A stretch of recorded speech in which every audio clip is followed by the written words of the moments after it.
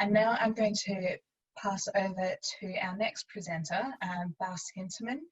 Bas is the COO and Head of Product at FeedbackFruits. He's going to share some insights with you regarding the roadmap of FeedbackFruits. So I suspect we'll be hearing an awful lot more to get excited about in terms of new features and tools. So I'm sure we'll all be listening closely. Over to you, Bas. Thank you so much for that introduction, Jo. I'll just quickly share my screen so that we can get going. So it's been really rewarding to hear all the stories from lecturers experiencing FeedbackFruits and enriching their courses with it. So I just want to guide you through some more information about our future roadmap and our thinking behind setting the priorities there. So first off, just as a reminder, just as a recap, as FeedbackFruits, we're focused on building a suite of tools that focus on active learning and advanced pedagogy. So we have tools in roughly 4 different themes, and these are the themes that we're currently trying to expand as well. We want to make sure that we offer good solutions there that are integrated into the LMS that can help all teachers, all lecturers, making their courses more engaging. So I'd like to give you a sneak preview into the roadmap. So this is a forecast for the remainder of 2020. I just want to add that this is not necessarily an exhaustive list, and there might still be changes. Once we get close to releasing a feature, we always post that into our release notes. So there's no dates committed in here. Once we get close to releasing a feature, you will hear it from it in the release notes. So just 3 key aspects of what we try to do here at FeedbackFruits, or how we basically approach setting our priorities and some defining criteria for what we try to focus on. So the first step is that we always want to augment the LMS. We want to make sure that we add functionality to the LMS, not necessarily to replace functionality that the learning management system already offers, but really to add to it. Next to that, we want to be good citizens. We want to make sure that we have deep integrations into the learning management systems that lecturers are already adopting for their courses, so that we integrate well into, for example, the gradebook, but also show the deadlines of assignments natively into the learning management system. And lastly, we want to have common features across our tools. We think that the value of providing a suite as FeedbackFruits is that there will be common patterns that teachers can get familiar with. So for example, I saw a question earlier about analytics, about getting insights into how active students are within the assignment setup using FeedbackFruits. That is one of the ingredients that we roll out commonly through all of our tools. So in every tool, you will see the same pattern, the same analytics tables, so that you can get familiar with that and know what you can rely on when you're using FeedbackFruits.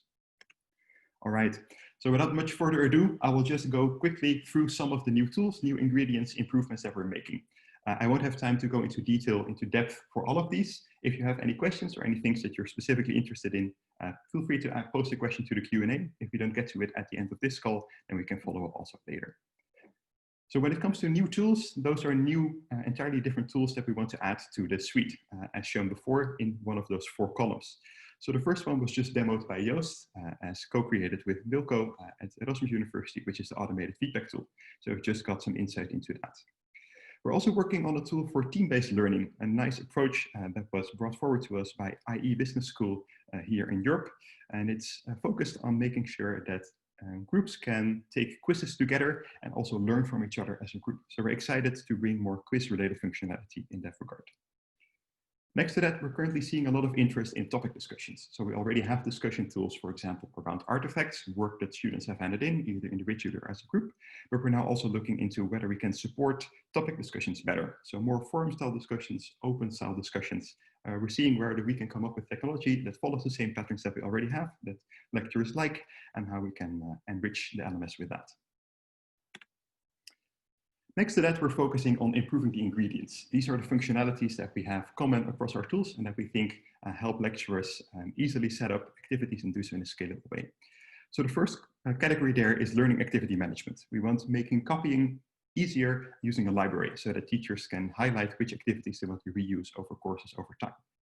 We also want to make it easier to collaborate on the designs of those assessments, while also tracking the changes. So that, for example, if you're an instructional designer, you can see when the lecturer wants to make changes or which changes have been made retroactively. I also saw a question coming in about tracking assignments over different courses. So we're looking into a dashboard through which instructional designers, but also lecturers who have multiple courses using FeedbackFruits activities can get an overview of how their activities are doing in one look. Next to that, we're also making sure that we have in-product help improved and that we have usability improvements. We want to make sure that every lecturer can set up FeedbackFruits assessments without needing external help, just by making it really intuitive and easy. Next to that, one other category that I will highlight is around grading. We want to make sure that grading is flexible enough to support both formative and summative assessments. So we want grading to be flexible enough so that you can submit back to your LMS whether students have participated. So just basically like a pass or fail, have they actually participated? And also more flexibly, for example, if you want to have an override as a student or as a teacher for a specific student, that you can do that within FeedbackFruits. Also, some questions came in around Moodle, right? So during one of the earlier presentations, Moodle was mentioned because it's being used at Monash currently. We're looking forward to support Moodle better through a native API integration, but also through LTI 1.3. So the standards in the LMS space are progressing and FeedbackFruits is progressing with them. Last category is the engagement and aliveness. We want to make sure that, especially in these COVID times, if people are fully remote, that they feel engaged with the material all the time. So for example, if they're participating in discussions in interactive documents, that they can see the reactions from fellow students coming in live, so that discussions can happen on the spot instead of only asynchronously. So we're looking forward to supporting those use cases even better. All right. I hope I don't go too quickly. I'm known to be quite a fast speaker. If any things need to be elaborated on, just let me know. The last category I just wanted to highlight today is tool improvements. So we're focusing our tool improvements in roughly these three categories. The first one being feedback assignments, one of the tools that are most often used currently also in Australian universities. So as mentioned before by Tiffany and Catherine, we're currently working with Deakin University on training assignments. We want to make sure that teachers or lecturers can set up guided paths for students to progress through an entire course. So for example, giving feedback to their peers at first in week 1, and then gradually over the course also see how that progresses. We want to make sure that lecturers have the right insight in that so that they can see how their students develop over time in the different FeedbackFruits activities that they use. We also want to make sure that students can download the feedback that they've received so that they can collect them into a portfolio and also reflect on that later after the course has passed. Next to that, we are working to make the group memory evaluation experience and the analytics and navigation experiences even better. So we've gotten some feedback on the usability of that, how we can use the screen real estate better, and we're currently developing hard, making sure that we have the improvements ready for that quickly. Next to that, the discussion assignments are an interesting area. This is the type of activity that we co-created with MITx, and we're currently working with them to make the peer grading even more scalable. So as they are using it in big MOOCs, it's important for them to, without much teacher involvement, be able to get to a meaningful grade. So we're working with citations functionality where students can highlight which peers were the most influential on their learning. Next to that, we're also excited to support all multimedia types. So for example, you should be able to hand in a video as a student or as a group to be given, to be participated in on the discussions. So we're working to expand that from just documents. Next to that, and in the last category, we have the interactive study material and comprehension. So these are the foundational tools that allow teachers or allow lecturers to make their study material more interactive by adding, for example, practice questions and discussions. We already have group support. We already have some grading support. We're working to extend it even further. The first functionality for that was already released. But for example, with our comprehension functionality, we still see some room for improvement there. And next to that, we over time want to add more fine-grained analytics. So we want to make sure that the lecturers can have insight in, for example, which points of the documents students find hard to understand, or which parts of the video they get stuck up on or want to rewatch more often. So just a quick sneak peek into some functionality that we're currently focusing on. As mentioned before, we don't have currently commitments on hard release dates, but once we get closer to releasing functionality, they will be part of the release notes. And Annika and Max will be glad to add you to the mailing list to make sure that you can stay involved with that. We're always also interested to hear feedback from both our pilot partners and our dedicated partners. So if you have any feature requests or things that you would like to be added to the tools, feel free to reach out to us. And we're excited to see what we can bring in the future. So with that, I'd like to open up for some more questions. So I'm curious to hear whether there's things that we're currently missing on our roadmap or things that I could elaborate on further.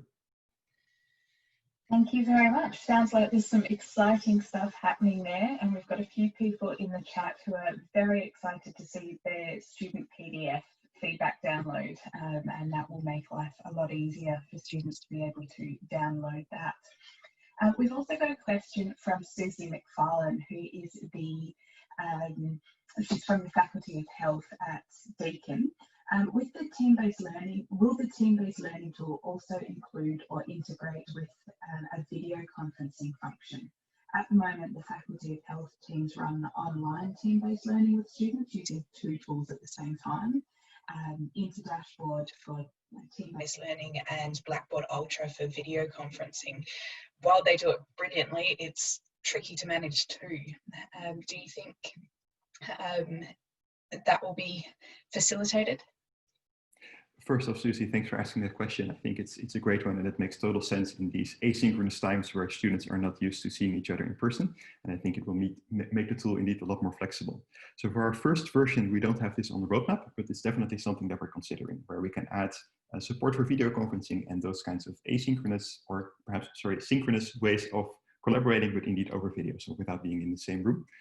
So we're looking forward to potentially supporting that in the future. It's not currently on the roadmap, but it's definitely something that we're exploring. Fantastic. And another question from Rule this time.